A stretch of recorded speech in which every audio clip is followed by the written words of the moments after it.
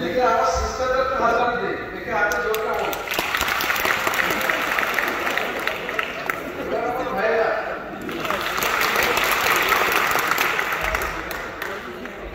সবাই thank you very much. আমি আপনাদেরকে একটু ওয়ার্ম আপ করে নিলাম। আমি আমার চোখের সামনে দেখতে পাচ্ছি অনেকগুলো খুবই fresh energetic figures, and I expect that you will be something greater in the future and you will lead the country in a very energetic way. So, অনেক নর্মাল সবই তো জার্নালিজম করতেছে এরকম আছে, আবার নর্মাল স্টুডেন্ট তো আছে, তাই না? এখানে তো আমি যেহেতু জার্নালিস্ট হিসেবে আপনাদের সামনে এসেছি, সেই হিসেবে কিছু কথা বলবো। আশা করি আমার very brief speech I will get your attention during my speech. If you have any question, you can very straightforwardly ask me. Even during my speech or at the end of my speech, you can ask me any question.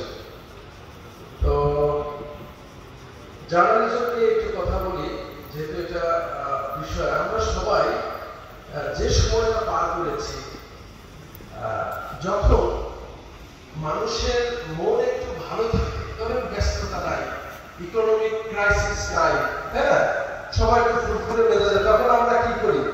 আমরা একটা নাটক দেখি, একটা movie দেখি, ঠিক না? হ্যাঁ, কোনো একটা ঘরে আগুন লাগছে, অনেক ঝামেলা হচ্ছে, সমস্ত মানুষ টেনশনের মধ্যে, তখন কেউ বলে যে চল বসে একটা সিনেমা দেখে আসি, বলতে থাকে, তাই না? So we have passed very crucial moments for the last few years, not only in Bangladesh but also across the whole world, তাই না? আমরা অনেকগুলো যুদ্ধ দেখেছি, এখনো রানিং, ইউক্রেন রাশিয়া যুদ্ধ চলতেছে, মিডল ইস্টের যুদ্ধ চলতেছে, বাংলাদেশে একটা বিশাল আন্দোলন গেছে, সবকিছু মিলিয়ে আমরা কিন্তু মোরালেস নিউজের মধ্যে ছিলাম, ঠিক না? সো নিউজ সম্পর্কে আমাদের একটা দারুণ প্র্যাকটিক্যাল ধারণা হয়ে গেছে। আর এখন একটু ডিফিকাল্ট হয়ে গেছে কেন জানেন?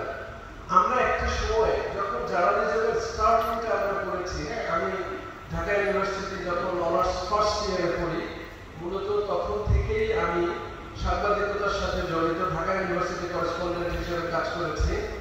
তো সেই সময়, সে 2000 সালের কথা বলতেছি, 2000 সালে আজ থেকে 25 বছর আগে আমাদের তখন হাতে মোবাইল ছিল না। আমাদের ঢাকা ইউনিভার্সিটি সাংবাদিক সমিতির ফ্যাক্স ছিল, আমরা ফ্যাক্স করতাম, তাই না? ওখানে কাগজে লিখে ফ্যাক্স করতাম, অফিসে গিয়ে আমরা কাগজে লিখে দিতাম নিউজটা, সেই নিউজটা পরের দিন ছাপা হতো। অফিসের কাগজে আমার পিন ছিল, আপনারা ডোবা আছে না, ছোট ছোট পিন ডোবা, সেই কাগজটা আমার পিনটা কিভাবে মানে, এটা আমাদের একটা আর্ট ছিল, যে প্রথম পিনটাকে পুরোটা ঢোকানোর পরে আবার এখান থেকে এনে তারপরে 3-4টা কাগজের ভিতরে, যাতে পিনের মাথাটা বের হয়ে না থাকে। আপনাদের কাছে কি মনে হয়? কম্পিউটারে মোবাইলে ঠাস ঠাস করে লেগে গেলে কি বলতেছেন আমাদের? তো একটা সময় এরকম ছিল আমাদের, তাই না? এরপর আমরা ফ্যাক্স করতাম, সারাদিন পরে অফিসে গিয়ে একটু চাটা খেয়ে রিল্যাক্স করে লিখতাম, পরের দিন ছাপা হতো। আমরা যারা ঢাকার বাইরে অনেক দূরে ছিলাম, ছোটবেলায় আমরা দেখেছি আপনার পরের দিন, আজকের পত্রিকা পরের দিন আসতো, পরের দিন আসার পরে আমরা সেই পত্রিকাটা পড়তাম। তার মানে কি, আজকের নিউজ কালকে সকালে আসছে, সেই পত্রিকাটা আমাদের দেওয়া যেত তার পরের দিন, তাই না? তখন মানুষ যারা একটু বয়স্ক, তারা টেলিভিশন ছিল শুধু বিটিভি, আপনাদের হয়তো এগুলো অন্যরকম লাগতে পারে। আমরা দেখতাম গ্রামে যখন হাঁটতাম, তাকাতাম, মানে প্রত্যেক বাসার হয়তো বড় গাছের উপরে অথবা ঘরের ছাদে এন্টিনা থাকতো। এই ভাই, এই সামনে থেকে সরেন ভাই, টেলিভিশন আছে, তাহলে টেলিভিশন আছে, means that this is a little bit sophisticated family, they have resources, so they are using television. হ্যাঁ, এরকম একটা আমরা ফ্লেভার পেতাম। আবার কারো বাসায় এরকম একটা এন্টিনা, আবার এরকম একটা এন্টিনা, মানে একটু লম্বা এন্টিনা, মানে হচ্ছে ইন্ডিয়ার একটা দুইটা চ্যানেল একটু ধরে, তখন আমরা বলবো বাবা এরা তো দুইটা এন্টিনা, মানে ইন্ডিয়ান চ্যানেলও দেখে, মানে মোর আপডেটেড। দেখেন এগুলো সব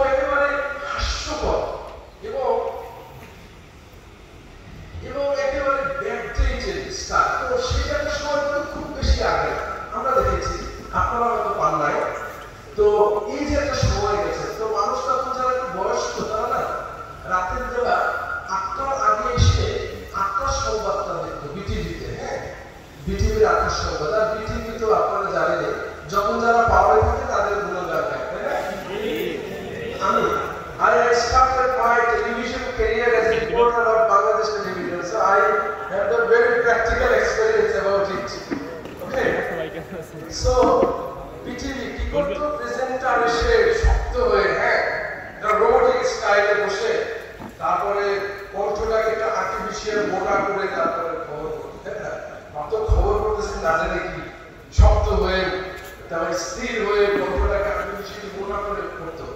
তো এরকম একটা স্টাইল ছিল। তারপরে চেঞ্জ হয়ে কি হলো না এভাবে না মানুষের সাথে আমি I am informing people so my body language is very natural.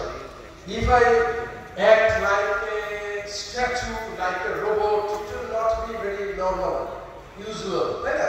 তখন আস্তে আস্তে ফ্লেভারটা চেঞ্জ হলো, খবর পড়ার ধরনের চেঞ্জ হলো, প্রেজেন্টাররা একটু ক্যাজুয়াল হওয়ার চেষ্টা করলো, বাট ক্যাজুয়াল এটা ডাজন্ট মিন দ্যাট তাদের ড্রেস আপ গেট আপ এগুলো অন্যরকম, তা কিন্তু না।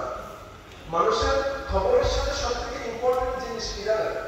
আপনারা এখন দেখবেন, এখন তো আপনি ধরেন সিটিজেন জার্নালিজম হয়ে গেছে, আমাদের জন্য চ্যালেঞ্জিং হয়ে গেছে। আমরা সব বিষয়গুলো কাভার করে অফিসে গিয়ে এটাকে একটু এডিট করে সুন্দরভাবে দিব, তার আগে অনেক মানুষ এটাকে লাইভ করে ফেলতেছে ফেসবুকে। আমরা একটু উল্টাপাল্টা করলে ওটাই বেটা হলুদ সাংবাদিক ঘটনাটা একটু আগে লাইভে দেখেছি, ভাবলো জায়গা বলো না সিস্টেম দিয়ে ফেলে, তাই না? সো আমাদের জন্য it has been very challenging for us when we can't twist anything very easily that we could in the previous time. আগে যেটা সহজ ছিল এটা এখন সহজ না। দেখুন আপনি যত ইন্টেলেকচুয়ালি অনেক কায়দা কানুন পড়ে আপনি যত মানুষকে মিসগাইড করতে চান, মানুষ কিন্তু এখন মিসগাইড হয় না। যে যার মাইন্ডসেট যে yes I am holding this, I am upholding this, so this is my mentality, that different case. কিন্তু জেনে শুনে এখন কিন্তু এটা বুঝে না, না বুঝে মিসগাইড করে সেটা খুব কম হয়। তো যাই হোক, যেটা বলতেছিলাম যে এরকম একটা সময় ছিল, কিন্তু এখন সময়ের ব্যবধানে অনেক কিছু চেঞ্জ হয়ে গেছে। আমরা সবকিছু লাইভ তাৎক্ষণিক আমরা লাইভ আপডেট পেয়ে যাচ্ছি। সো আমরা we are informed. So about news we have a very practical conception, very practical knowledge. But এটাকে একটু একাডেমিকলি যদি আমরা চিন্তা করি, তখন আমরা কিভাবে বলি যে দেখেন একজন সাধারণ মানুষ সে ইনফর্ম করে, সে কিন্তু মানুষের মাইন্ডটাকে রিড করার চেষ্টা করে না, ওইভাবে বোঝে না। বাট আমরা ওটা চেষ্টা করি যে কিভাবে জিনিসটাকে উপস্থাপন করলে মানুষ এটাকে অ্যাকসেপ্ট করবে, মানুষ ইনফ্লুয়েন্স হবে, আমরা শিখতে চেষ্টা করি কিভাবে আরো একটু রিলায়েবল হবে। তো এই জন্য এখন ধরনের চেঞ্জ হয়ে গেছে। পত্রিকাগুলো আগে একটা নিউজ আপনারা খেয়াল করে দেখবেন এত বড় বড় একটা প্যারা, মনে হয় উপন্যাসের মতো, তাই না?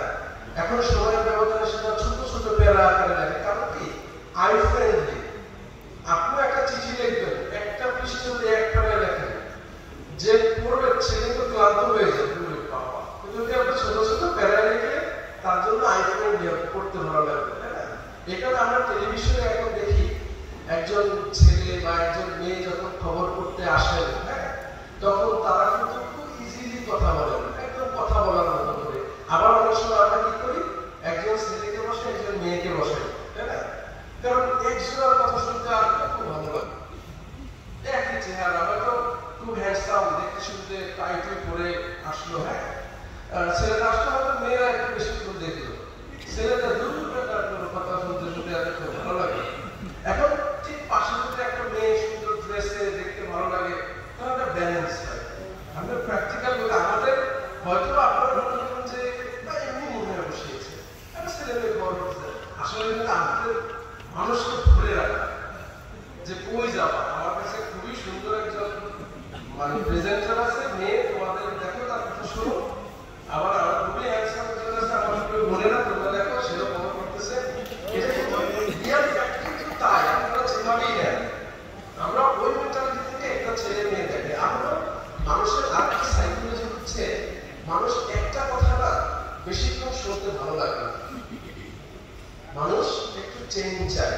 এই জন্য আমরা টেলিভিশনের রিপোর্টে আপনারা যখন দেখবেন, আমরা কি করি, একটা প্যাকেজ বা একটা স্টোরি যখন যায়, সেখানে রিপোর্টার কিছুক্ষণ কথা বলেন, তাই না? তারপর একজন সাধারণ মানুষের বক্তব্য দেই, এরপরে হয়তো কোনো স্পেশাল কারো যে ওই ঘটনার সাথে রিলেটেড আমরা তার কোনো বক্তব্য দেই। এই যে ভ্যারিয়েশন, ইভেন আমরা in case of any story related to any movement or related to any chaos, in that case we use net sound. আপনারা নেক্সট বুঝুন। ধরেন এখানে আপনাদের সামনে, কলেজের সামনে এখানে একটা বিজি ক্রাউড এরিয়া, ওখানে রিক্সাওয়ালা আছে, ব্যবসায়ী আছে। এখন ধরেন আপনার ন্যাচারাল সিন কি দেখি, হয়তো একজন রিক্সাওয়ালা বসে আছেন, পাশে হয়তো খুবই পাঁচের বা BMW গাড়ি থেকে একজন সুটের বুটের নাম, তাই না, সে ওখানে দাঁড়িয়ে একটু ফোনে কথা বলতেছেন। এখন রিক্সাওয়ালা তো একটু সেই বিশাল কে আসলো, হ্যাঁ স্বাভাবিক, সে তো তার মতো আছে। আবার একজন একেবারে ছোট ব্যবসায়ী, সে বেচতেছে, চিল্লাইতেছে 100 টাকা 100 মানুষ আছে না, নানা কিসিমের মানুষ। হ্যাঁ আচ্ছা, এখন ওই রিক্সাওয়ালা কি ওই যে BMW গাড়ি থেকে যে সুটের বুটের নাম তার কানে কানে, আরে ভাই কেমন আছেন, অনেকদিন দেখি, এরকম করবে? যদি চিনেও বলবে না, তাই না? নাকি তাকে ধাক্কা মেরে সোজা করবে করবে না? আচ্ছা, হঠাৎ একটা পটকা ফুটলো, বিকট শব্দে, তখন কি হবে ওখানে? ওই যে BMW থেকে বেরোইছে না, ওই তো ব্রয়লার মুরগি সারাদিন এসির মধ্যে থাকে, তাই না, ওনার নড়তেও সময় লাগে। আর রিক্সাওয়ালা তো অ্যাক্রোব্যাটিক জ্যাম করবে, তাই না? দেখা গেল লাভ একটা দিয়ে ওই ভদ্রলোকের কাজে পাড়া দিয়ে সে 1,03,4 চলে গেল, আরো ঠিক হয়ে পড়ে গেল, তাই না? এই যে ঘটনা ঘটলো, ধরেন একটা ইভেন্টের সময় ক্যামেরাম্যান সে ভিডিও করতেছে, হঠাৎ তার কানের ক্যামেরা করে সিটটা ধরা পড়লো, ওদের তো কেমন লাগে, তাই না? ওরকম না। এখন সে যদি এই রিলেটেড কোনো স্টোরি করে, আমরা যদি এজ এ টেলিভিশন রিপোর্টার, আমরা যখন বিগ ইভেন্ট কভার করি, কোনো আন্দোলন মুভমেন্ট, আমরা কিন্তু এরকম অসংখ্য ভিজুয়াল আমরা পাই। এটাকে আমরা প্রফেশনালি বলি মানি শট। আমরা যখন কোনো রিপোর্ট করি, এই রিপোর্টে আমরা যে রিপোর্টে যত বেশি মানি শট ইউজ করি, আমাদের ওই রিপোর্টটা তত ইন্টারেস্টিং হয়। আপনারা যারা সাধারণ যারা সিটিজেন জার্নালিজম করেন, অথবা আমরা ফেসবুকে স্ট্যাটাস দেই, তাই না, আমরা ভালো একটা জায়গায় গেলে একটা ভিজুয়াল রেকর্ড করে ফেসবুকে দেই।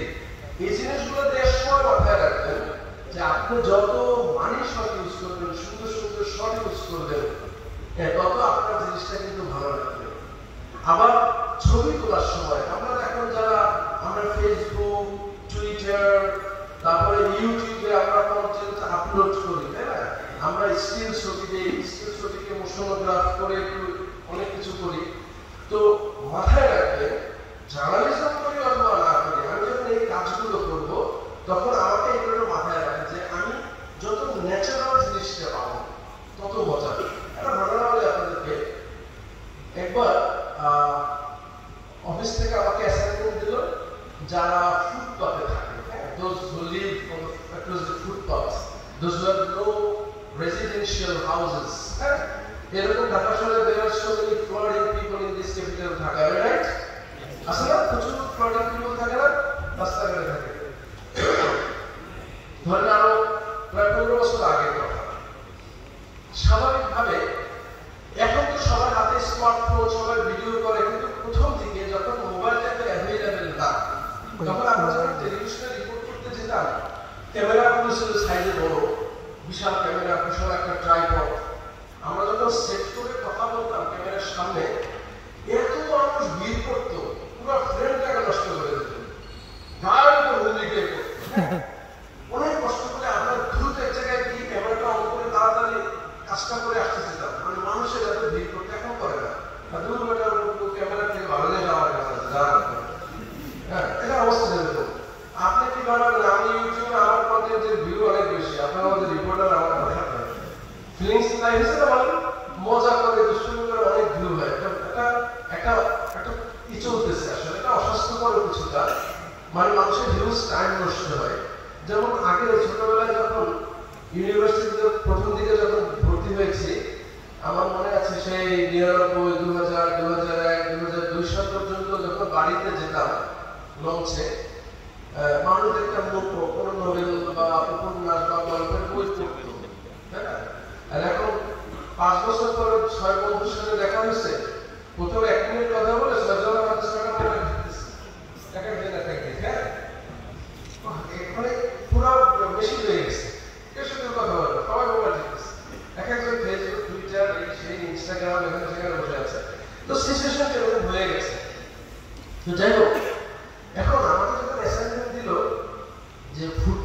বসে সামনে ঈদ, এরা কিভাবে ঈদ কাটায়, তুমি একটা স্টোরি করো, সুন্দর একটা স্টোরি, এদের মানে হিউম্যানিটেরিয়ান পার্সপেক্টিভে। আমার তো স্বাভাবিকভাবে মনের ধারণা যে ক্যামেরা নিয়ে যাবো, আমরা গরিব মানুষ, ফুটপাতে থাকে, গেলেই তো কথা বলবে আগ্রহের সাথে, এরকম একটা মেজাজ নিয়ে গেলাম। ক্যামেরা হাইকোর্টের সামনে এক ভদ্রমহিলা বসে আছে, তার স্বামী সম্ভবত ফিজিক্যালি ডিজেবল, হ্যাঁ, এটা গাড়িতে বসে আছেন। এখন আমি গিয়ে বললাম যে সামনে সবাই এদের প্রস্তুতি নিচ্ছে, কেনাকাটা করতেছে, আপনাদের কি অবস্থা? ভাই বিশেষ করে আমাকে এমন গালি গালা শুরু করছে, আমার বাবা জন্মে এরকম গালি শুনে যাবে, মানে তাও তো সাধারণ শব্দ ব্যবহার করলে হতে হয়, আমি একটা শব্দ এখানে ইউজ করার মতো না, কেমন সব গালি। এখন আমার ক্যামেরাম্যান বলে, ভাই আপনি বলে আসলেন? তো অবাক হয়ে গেছে, কারণ আমি প্রস্তুত ছিলাম না। হ্যাঁ, তো পুরোটাই রেকর্ড করছে। এখন মানুষ গালি দিতে দিতে তো একটু টায়ার্ড হয়, তাই না? স্ত্রী গালিটা দিয়ে একটু নর্মাল গালিতে আসছে, আমি ধৈর্য সহকারে আছি। এরপরে ইন্টারভিউটা গিয়ে নতুন একটা দারুণ চমৎকার একটা অভিজ্ঞতা নিয়ে অফিসে গেলাম। তো গিয়ে আমি চিন্তা করলাম যে আসলে ওর এই গালিটার মধ্যেই তো ওর গল্পটা, ঠিক না?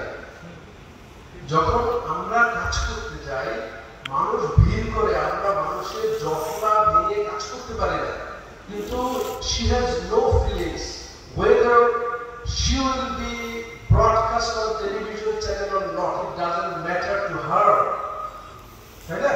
she was suffering, so সে এটা বলছে, তার যে মুখের এক্সপ্রেশন, তার যে মেজাজ খারাপ, তার যে গালিগালাজ, বিশ্বাস করেন ওটার মধ্যেই কিন্তু নিউজ যে yes this is the life of the Croatian people now, এই মুহূর্তে তাদের লাইফ হচ্ছে এটা।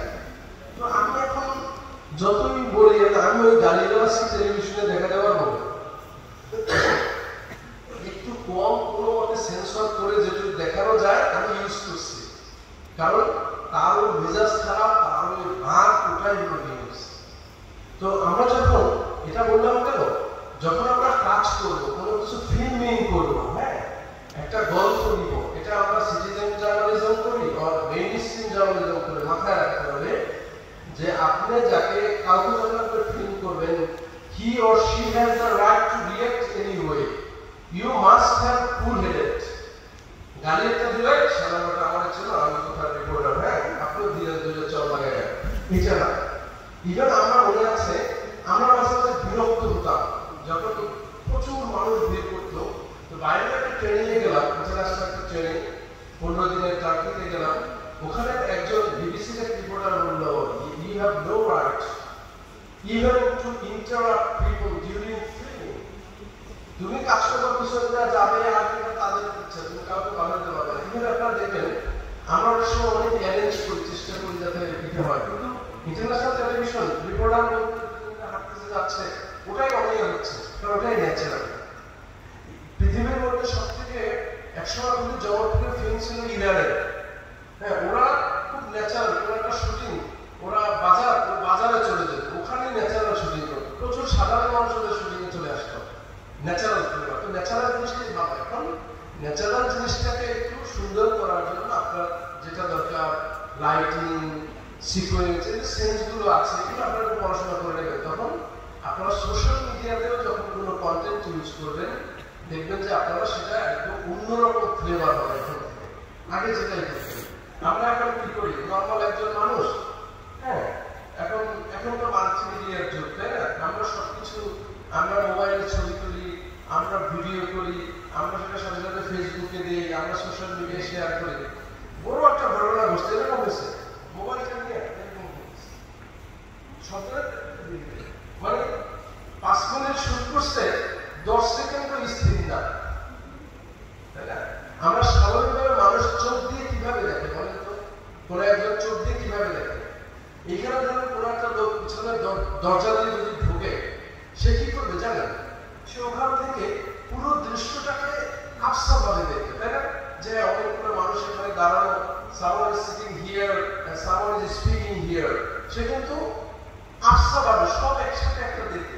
এরপরে সে চেষ্টা করবে সামনে এসে কি দুটো কথা বলতেছে কি দেখি, ও ছেলে বলবো আচ্ছা তো বলতেছেন।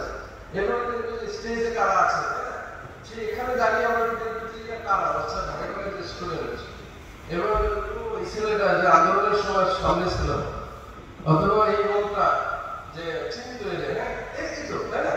তো এই যে মানুষ যে কোনো একটা জিনিস অন্তত 3 থেকে 4টা ধাপে দেখে, ঠিক না? 4টা ধাপে দেখে, ন্যাচারালি কিন্তু তাই দেখে। আমরা যখন প্রফেশনালি কোনো কিছু ফিল্মিং করি, কোনো কিছু ভিডিও রেকর্ড করি, আমরা ঠিক এই ন্যাচারাল ওয়েটাই ফলো করবো, সেটা আমাদের সোশ্যাল মিডিয়ায় হোক, সেটা টেলিভিশনে হোক। আপনারা কি করবেন, এরকম বড় একটা শব্দ প্রথমে, দেন একটু কাছে যাবেন, কাছে গিয়ে একটু ক্লোজ দিবেন, দেন আরো কাছে গিয়ে একটু ক্লোজ দিবেন। এক একটা ভিডিও 4 সেকেন্ড 5 সেকেন্ড স্পিড ভাবে দিবেন। তখন এটা যখন আপনি সোশ্যাল মিডিয়ায় দেখবেন, আপনার আগের পোস্ট আর এখনকার পোস্টের অনেক ডিফারেন্স, ভালো লাগবে, মানুষও মজা পাবে। তারপরে দেখবেন আমরা একদম এক্সট্রিম ক্লোজ অনেক সময় ভিজুয়াল নেই, একটা মানুষ কাঁদতেছে, হ্যাঁ, এখন তার চোখটা একদম কন্ট্রোল করে পানি পড়ে যাবে, তার শুধু ফেসটা ক্লোজ শট নেওয়া যায়, এটা ভালো লাগবে দেখতে। মানে ভালো লাগবে এই অর্থে যে তার কষ্টটা ফুটিয়ে তোলা, আপনাকে বলে যে ভাই কাঁদতেছে না, আপনার ভালো লাগবে, বুঝতে পারেন? মানে জিনিসটাকে ভালোভাবে ফুটিয়ে তোলা অর্থে বলেছে, ঠিক আছে? এই জিনিসগুলো একটা মাথায় রাখা। আচ্ছা, এবার আমি আবার আমার মূল জার্নালিজমের জায়গাটা চলে আসি। আমরা সাধারণত হয় টেলিভিশনে কাজ করি, না হয় পত্রিকায় কাজ করি, তাই না? অথবা অনলাইন কোনো মিডিয়ায় কাজ করি। এখন সমস্ত টেলিভিশন বলেন, পত্রিকা বলেন, ইভেন রেডিও, অনলাইন, সবার একটা ডিজিটাল প্ল্যাটফর্ম। প্রত্যেকে কি করে এখন একদম ভিজুয়াল ডিজিটাল প্ল্যাটফর্মে দিয়ে দেয় তাৎক্ষণিক। কারণ মানুষের এখন সময় নাই যে একদম সন্ধ্যা 7টা বাজছে, আমাকে সন্ধ্যা 7টার সময় ফ্রি হতে হবে, আমি ফ্রি হয়ে দেন আমি এই চ্যানেলের খবরটা একটু ধরবো, আমি একটু খবরটা দেখবো, এরকম সময় কারো নাই, এবং কেউ বেরো করে না, তাই না? এখন সেটা মোবাইলে স্ক্রলিং করে যাইতে থাকে, কোনো একটা লিঙ্ক ভালো লাগলে ক্লিক করলো দেখলো, অথবা কোনো একটা ভিজুয়াল ভালো লাগলো ক্লিক করলো দেখলো, তাই না? এরকম ম্যাক্সিমাম টেলিভিশন চ্যানেলগুলো, পত্রিকাগুলো, তাদের কন্টেন্টগুলো ভিউ হয় এখন এইভাবে। তারপরে পত্রিকা হার্ড কপি কিনে পড়ার সময়টাও অনেক কমে গেছে। সারা ওয়ার্ল্ডে অনেক প্রিন্ট নিউজ পেপার ব্যান্ড হয়ে গেছে, তারা প্রিন্ট ভার্সনটাকে স্থগিত করে বন্ধ করে দিচ্ছে, তারা শুধু এখন অনলাইনে তাদের কার্যক্রম করে চালাচ্ছে, তাই না? সো এখন আমাদেরকে মাল্টিমিডিয়াটা ভালো করে বুঝতে হবে। আমরা জার্নালিজম করি আর না করি, মাল্টিমিডিয়াটা কি? মাল্টিমিডিয়াতে আমরা আসলে একটা কথা খুব জোরে সোরে বলি যে right time right click, right time right click, তাই না? এটা একটা গুরুত্বপূর্ণ বিষয়। আপনার চোখের সামনে যা ঘটনা ঘটবে, হ্যাঁ, আপনিও সতর্ক থাকা। একটা লোক এইমাত্র তার একটা ক্ষতি হয়ে গেল, সে কান্নাকাটি করছে, হ্যাঁ, সে মন খারাপ করছে, আপনি একটু দেরিতে গেছেন গিয়া যে ভাই একটু আগে যে সিরিয়াসলি কাঁদছিলেন না, আমার একটু কাঁদেন না ভাই, আমি মিস করছি, অন্যরা গেছে, প্লিজ হ্যাঁ আমার একটু এরকম কাঁদেন, এটা করবেন? হ্যাঁ, অথবা একটু আগে আপনি যে হাসিটা দিচ্ছেন না, এইরকম ভাই ওই হাসিটা আমার একটু দেন তো, এটা কিন্তু হবে না, তাই না? এটা আপনাকে as a reporter or as a content creator, you have to make the environment in favor of you. আপনার ফেভারে আপনাকে এনভায়রনমেন্টটাকে ক্রিয়েট করতে হবে, তাই না? আমরা সবাই কি করি, এটা হয়তো অনেক সময় প্রফেশনাল স্বার্থে না আমাদেরকে একটু মানে ভদ্রভাবে ইনহিউম্যান আচরণ করতে হয়, তাই না? ভদ্রভাবে ইনহিউম্যান। যেমন ধরেন আমি ছাত্র আন্দোলনের পরে যাত্রাবাড়ি এলাকায় একটা ছেলে মারা গেছে, মা বাবা, বড় ছেলে, ওখানে একটা ব্যবসা করতো, খুবই গরিব নিডি ফ্যামিলি, ছোট্ট 2টা রুমে থাকে, ছেলে একটা মাত্র, আর বোন আছে একটা, আর মা বাবা কাজ করে। এখন এমন নিডি ফ্যামিলি, এখন সেই যাত্রাবাড়ি থেকে অনেক ভিতরে গিয়ে আমি গেলাম। এখন ধরেন মারা গেছে আজ থেকে 15 দিন আগে, যেদিন মারা গেছে না তার ধরেন 15 দিন পরে স্টোরি। এখন ওই মা এবং ওই বাবা 15 দিন ধরে তো কাঁদছে, বা 5 দিন 7 দিন ধরে অনেক কান্নাকাটি করছে না। একটা মানুষ কয়দিন কাঁদতে পারে, তাই না? আপনারা দেখবেন আপনাদের প্রিয়, আমাদের সবাই প্রিয় কেউ না কিন্তু মারা গেছে, দাদা দাদি নানা নানি, আমরা কান্নাকাটি করেছি, সেটাই কাঁদতেই থাকবে, এটা হবে একটা সময় স্টপ করে, তাই না? এখন ধরেন আমি তো দেখাবো সেই মায়ের feelings after losing her only son, how she reacts. এখন একজন মা তার একমাত্র ছেলে নির্মমভাবে হত্যাকাণ্ডের শিকার হয়েছে, সেই ঘটনাটা সে বলবে, সে একটু কাঁদবে না, তার চোখে পানি পড়বে না, এটা কি ন্যাচারাল? মানুষকে কি আমি বলবো যে ভাই রিপোর্টটা করার সময় যে এরা বাচ্চাটা তো আরো 10 দিন আগে মারা গেছে, 10 দিন নিয়ে অনেক কান্নাকাটি করছে, এখন আসলে সে আমি যখন বেশি কান্নাকাটি করে না, আপনারা আমার বুঝে যান। এরকম একটা শুনে narrate this before starting my report, এরকম একটা ন্যারেশন দিব, তাহলে আমার মাকে তারা ইমোশনটা কিভাবে আনে, তাই না? আমি কি করলাম আপনাদেরকে বলি, আপনারা দেখবেন যখন আমি মায়ের কাছে গেলাম যে কেমন আছেন, আপনার একমাত্র ছেলে আমরা সেটা দেশের জন্য শহীদ হয়েছে, কিছু ভালো কথা তো বলতে হবে, সান্ত্বনা, তাই না? তো একজন মা হিসেবে আপনার ফিলিংস কি, সেটা তো নর্মালি কথা বলবে, তাই না? আস্তে আস্তে তারপর ধরেন যে আপনার ছেলের সাথে আপনার সবশেষ স্মৃতি কি, ছেলের কোন কথাগুলো আপনার মনে করতেছে, হ্যাঁ সে কিরকম করতো, সে বলতেছে কিন্তু তার গল্পটা। এখন এই গল্প বলতে বলতে সে কিন্তু আস্তে আস্তে ইমোশনাল হবে, তাই না? আমাকে পুরো জিনিসটাই কিন্তু রেকর্ডে রাখতে হবে। এবার হয়তো আচ্ছা আপনার ছেলের কোনো পুরনো ছবি বা অ্যালবাম এগুলো আছে কিনা, হ্যাঁ আছে, ঠিক আছে, অ্যালবামটা দিয়ে তার হাতে দিলাম যে আপনার ছেলেরা ছেলের ছবিগুলো বিভিন্ন সময়ের ছবি সে দেখতেছে, তাহলে আমি আপনাদের উল্টাছে দেখি। এখন সে গত হয়তো 5-7 দিনের তার ছেলের ছবি দেখে না, ছবিটা যখন সামনে আসছে তখন সে আরো ইমোশনাল হয়ে যাবে না, তখন সে কিন্তু কান্নাকাটি করে দেবে, তার চোখ দিয়ে টলটল করে পানি পড়তেছে, সে তার অনুভূতির কথাগুলো বলতেছে, আমি তার ফেসের ক্লোজ, তার চোখের ক্লোজ সব নিলাম, তার অনুভূতির কথাগুলো নিলাম, এই যে এভাবে আমি স্টোরিটা বের করে দিলাম। কারণ আমাকে এটা করতে হয়েছে, কারণ ওই আমি যেটা মানুষকে দেখাবো যে how the mother is now living after losing her only সান, তাকে হারিয়ে সেই মা এখন কেমন আছে। এরকম আমাদেরকে খুব মানে প্রফেশনালি আমাদেরকে এই বিষয়গুলো একটু বোঝা দরকার। হ্যাঁ, আপনারা যারা এখন স্টুডেন্ট আছেন, এখন অনেক ঘটনা আমরা রেকর্ড করবো, আমরা সোশ্যাল মিডিয়ায় সেগুলো দিব, তাই না? তো আমরা এই জিনিসগুলো মাথায় রাখবো যে যেটার যে ফ্লেভার সেটা আমাকে ক্রিয়েট করতে হবে, আমাকে ওই ফ্লেভারটা আনতে হবে, আমার টেক্সটটা কি হবে, আমার কৌশলটা কি হবে, আমাকে বের করতে হবে। হ্যাঁ, এরকম ধরেন যেগুলো বিষয়, হ্যাঁ আমাদেরকে অনেক সময় যেমন আমি